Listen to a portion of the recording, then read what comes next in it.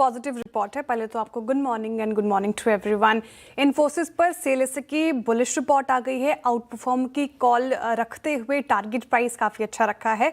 अब 1512 रुपये प्रति शेयर का टारगेट प्राइस, यानी कि 32% का अपसाइड पोटेंशियल लंबी अवधि में इन्फोसिस में नजर आ रहा है सेलेस को।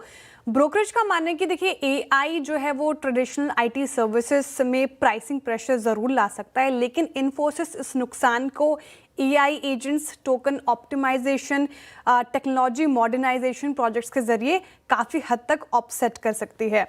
अब सेलेस के जनरेटिव एआई का जो बाजार है वो 2030 तक करीब 300 से 400 बिलियन डॉलर के आसपास पहुंच सकता है और इन्फोसिस इस ट्रेंड का बड़ा बेनिफिशियरी हो सकता है। इनफैक्ट कंपनी का जनरेटिव एआई रेवेन्यू पहले ही अगर आप देखें तो लगभग $1 बिलियन तक पहुंच चुका है और कंपनी का एआई बिजनेस इन्फोसिस की ग्रोथ से और ज़्यादा बढ़ रहा है।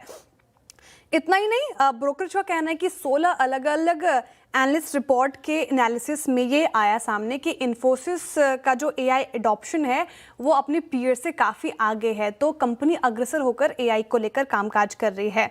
हालांकि एक चीज़ जहां सबकी नज़रें होंगी, निवेशकों की नज़रें जाहिर तौर पर होंगी, मौजूदा सीईओ सलील पारेख का कार्यकाल जो है वो मार्च 2027 में समाप्त होगा और उसके बाद ये पदभार कौन संभालता है वहाँ पर नजरें बनी रहेंगी। लेकिन लंबी अवधि की नज़रिए से सेलेस से काफ़ी पॉजिटिव है इन्फोसिस को लेकर। लंबी अवधि के लिए अट्रैक्टिव काफ़ी पॉजिटिव रिपोर्ट है और अदानी ग्रुप के स्टॉक्स में अच्छी खासी तेजी हमने देखी। हालांकि कल मुनाफा वसूली का शिकार हुआ था ये वाला भी स्टॉक, लेकिन पिछले 6 महीने में शानदार रिटर्न्स इसने भी कमा कर दिए हैं। करीब 20-21% का अपसाइड पोटेंशियल रिटर्न देखा है हमने। अच्छा, अदानी पोर्ट्स पर अब नोमुरा की रिपोर्ट आ गई है। इन लेवल्स पर खरीदारी की राय 1930 का टारगेट प्राइस आया है, यानी कि 6-7% का अपसाइड पोटेंशियल देख रहे हैं वो इन स्तरों से। हालांकि चला भी ये स्टॉक काफ़ी है। अच्छा, Q4 परफॉर्मेंस काफ़ी पसंद आई नोमुरा को, एस्टिमेट से ज़्यादा अच्छा रहा था और कंपनी की कमाई, ऑपरेटिंग परफॉर्मेंस अगर आप देखें तो वो बाजार की उम्मीदों से काफ़ी बेहतर आई थी, तो इसलिए काफ़ी पॉजिटिव ये मान के चल रहे हैं।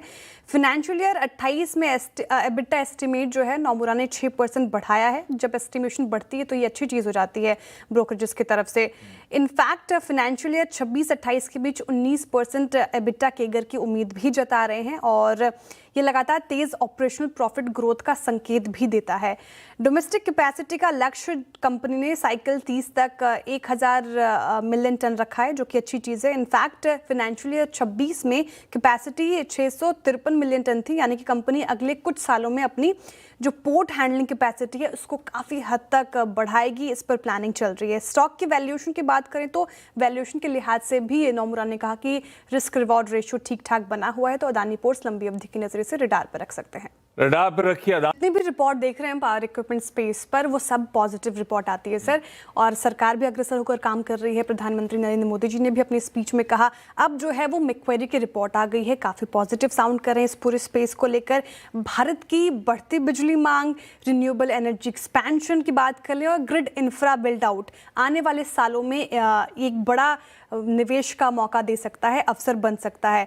तो ब्रोकरेज के मुताबिक ट्रांसमिशन एंड डिस्ट्रीब्यूशन सेगमेंट में करीब $85 बिलियन का कैपेक्स अपॉर्चुनिटी मौजूद है, तो ये स्पेस इसलिए फोकस में आ जाता है। इसके अलावा दुनिया भर में अगर आप बात करें, सिर्फ भारत में नहीं, हाई वोल्टेज इक्विपमेंट की कमी बनी हुई है, जिससे भारतीय कंपनियों को एक्सपोर्ट्स करने का भी मौका मिलेगा और प्राइसिंग पार दोनों को फायदा मिलेगा। तो इसी थीम पर मैक्वेरी काफ़ी बुलिश है और उन्होंने सीजी पार और सीमेंस एनर्जी पर अपनी कवरेज की शुरुआत की है आउट परफॉर्म रेटिंग के साथ। तो सीजी पार, सीमेंस एनर्जी काफ़ी पसंद आ रहा है इनको। सीजी पार इसलिए पसंद आ रहा है क्योंकि ये मल्टी इंजन ग्रोथ स्टोरी दिखाता है। कंपनी सिर्फ पार इक्विपमेंट में नहीं है, सेमीकंडक्टर में भी इसका एक्सपोजर है, रेलवेज में एक्सपोजर है, इंडस्ट्रियल्स में एक्सपोजर है। वही सीमेंस एनर्जी भी पार जनरेशन, ट्रांसमिशन, सर्विसेज बिजनेस में भी पैर पसार रही है। मैक्वेरी को जीई वर्नोवा और हिताची एनर्जी भी इस स्पेस से काफ़ी पसंद आता है और लगातार चर्चा भी हुई है सीएनबीसी आवाज़ पर। तो रिन्यूएबल और ट्रांसमिशन सुपर साइकिल का बड़ा फायदा जीई वर्नोवा और हिताची एनर्जी में भी देख सकते हैं, इसलिए पूरा स्पेस रखें आप फोकस में। और ये स्पेस वाकई थी पॉजिटिव है ब्रोकरेजेस सर, और जो टारगेट प्राइस रखा है वो काफ़ी बुलिश है। 585 रुपये प्रति शेयर का टारगेट प्राइस, यानी कि 41% का अपसाइड, 41% का अपसाइड नजर आ रहा है हुनासा में। जेफरीज की रिपोर्ट है। अच्छा, एनालिस्ट मीट में बड़ी बातें मैनेजमेंट की तरफ से कही गई और ऐसा मानना है जेफरीज का कि काफ़ी पॉजिटिव है। इनफैक्ट कंपनी अब होनासा 2.0 स्ट्रैटेजी पर काम कर रही है। 2.0 स्ट्रैटेजी क्या है? तो फोकस 3 बड़े क्षेत्रों पर रहेगा होनासा का। एक, आर्टिफिशियल इंटेलिजेंस को कैसे इंटीग्रेट करके काम करते हैं ये। दूसरा, प्रोडक्ट सेगमेंटेशन, अलग अलग कैटेगरीज के लिए अलग अलग प्रोडक्ट्स होनासा एक्सपैंड कर रही है। और distribution expansion, offline reach, online reach, farmers stores पर उनके प्रोडक्ट्स, तो डिस्ट्रीब्यूशन एक्सपेंशन पर भी कामकाज होता हुआ नजर आ रहा है। ब्रोकरेजेस का ऐसा मानना है कि इंडस्ट्री लीडिंग रेवेन्यू ग्रोथ और एबिटा ग्रोथ की उम्मीद कर सकते हैं आप होनासा से, और एबिटा मार्जिन आगे चलकर 15% से ऊपर जा सकता है। तो ये तमाम चीज़ें काफ़ी अच्छी नजर आ रही है होनासा में, इसलिए ब्रोकरेजेस काफ़ी बुलिश हैं। होनासा